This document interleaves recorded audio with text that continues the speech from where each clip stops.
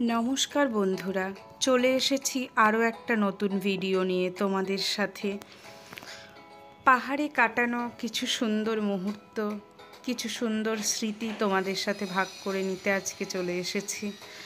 তোমরা কারা কারা আমার মতোই পাহাড় প্রেমী অবশ্যই কমেন্ট বক্সে কমেন্ট করে জানিও।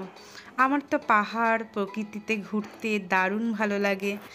তো তোমাদেরও কাদের কাদের ভালো লাগে তারা অবশ্যই কমেন্ট বক্সে কমেন্ট করে জানিও। পাহাড়ের এই সুন্দর মনোরম পরিবেশ আর এই নির্জন পরিবেশে একা একা হারিয়ে যেতে আমাদের মতো প্রকৃতিপ্রেমিকদের নিশ্চয়ই ভালো লাগবে। তো বেশ কিছুদিন আমরা এখানে থাকার পর অবশেষে এবার পাহাড় থেকে নামছি, কারণ এবার ঘরে ফিরতে হবে। তো এই ফেরার পথে একদিকে যেমন ছিল মন ভার, অন্যদিকে পাহাড়ি পথে একা একা বেশ একটা অ্যাডভেঞ্চারের মতন লাগছিল। তো তোমরাও অবশ্যই এসে একবার ঘুরে যাও এরকম পাহাড়ি একটা গ্রাম লেপচাখায়ে। তো বন্ধুরা, দেখতেই পাচ্ছ এখানকার পথ কতটা দুর্গম, আর এত বড় একটা পাহাড়ি ঘুটঘুটে বন, তার মধ্যে দিয়ে আমরা দুজন চলেছি। কারণ আমরা যাবার পথে গাইড নিয়েছিলাম, ফেরার সময় নেইনি, ফেরার সময় দুজনেই আসছি।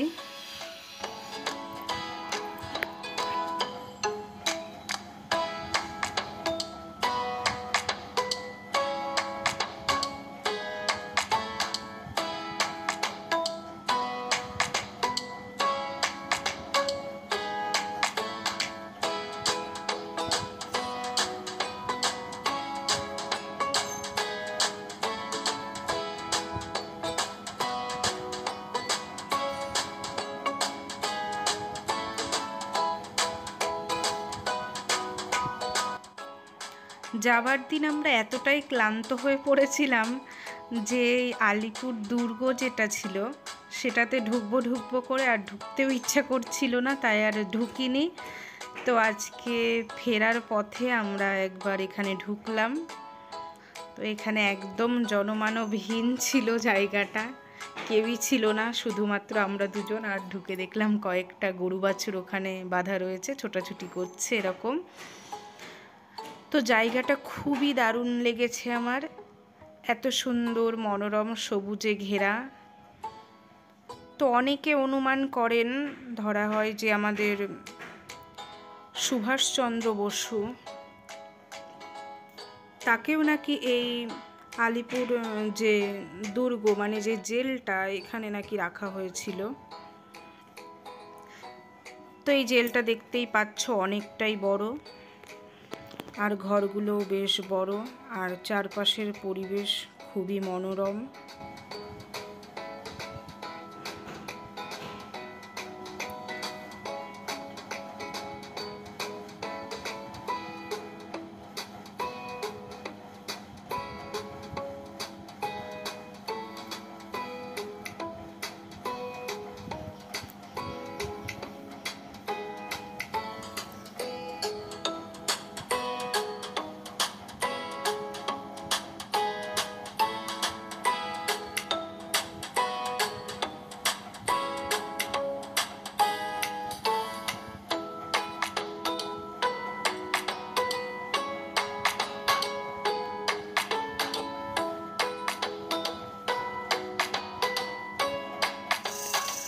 তো তোমাদেরকে একটু ন্যাচারাল কিছু সাউন্ড আমি শুনিয়ে দিচ্ছি।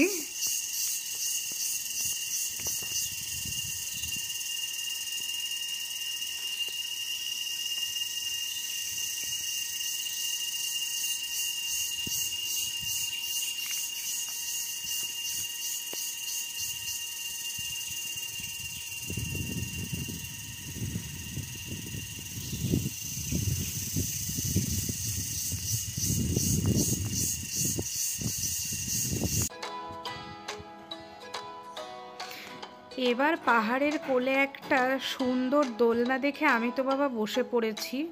ফুরফুরে পাহাড়ি ঠান্ডা হাওয়া খেতে খেতে দোলনায় চড়ার মজাই আলাদা, সত্যি সাথে তোমাদেরকে এই প্রকৃতিটা একটু শেয়ার করে দিচ্ছি। দেখো কি দারুণ এখান থেকে পাহাড়টাকে দেখতে আর নিচের পরিবেশটাকে দেখতে এত সুন্দর লাগছে। তো সব শেষে আমরা একদম নিচে চলে এসেছি, 0 পয়েন্টের কাছাকাছি। এখানে আমাদের ড্রাইভার দাদা আমাদের জন্য ওয়েট করছে। গাড়িতে উঠে যথারীতি আমরা আবার সন্তলা বাড়ির উদ্দেশ্যে রওনা দিচ্ছি। এবার সন্তলা বাড়ি থেকে আমরা আবার গাড়ি ধরে বক্সা টাইগার রিজার্ভ থেকে বেরিয়ে পড়ব।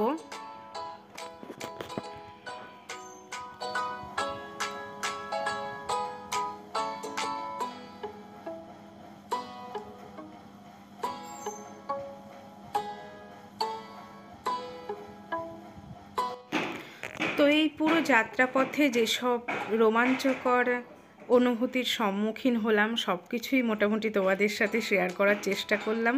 তবে সব কিছু তো শেয়ার করা সম্ভব হয় না। যেমন এত সুন্দর গভীর অরণ্যের মধ্যে একা একা প্রবেশ করে যে একটা রোমাঞ্চকর অনুভূতি, সেটা তোমরা যদি এখানে আসো তবে নিজেরাই সেটা উপভোগ করতে পারবে। তো সব মিলিয়ে তোমাদের এই ভ্রমণটা কেমন লাগলো, আমার ভিডিও কেমন লাগলো, অবশ্যই কমেন্ট বক্সে কমেন্ট করে জানাবে। আর ভিডিওটা যদি সত্যিই তোমাদের খুব ভালো লেগে থাকে তবে অবশ্যই একটা লাইক করে দিও। আর চ্যানেলটিকে তোমরা যারা এখনও সাবস্ক্রাইব করোনি তারা অবশ্যই চ্যানেলটিকে সাবস্ক্রাইব করে পাশে থেকো। তো ততক্ষণ ভালো থেকো, সুস্থ থেকো। দেখা হচ্ছে পরবর্তী অন্য কোনো ভিডিওতে। তো টাটা।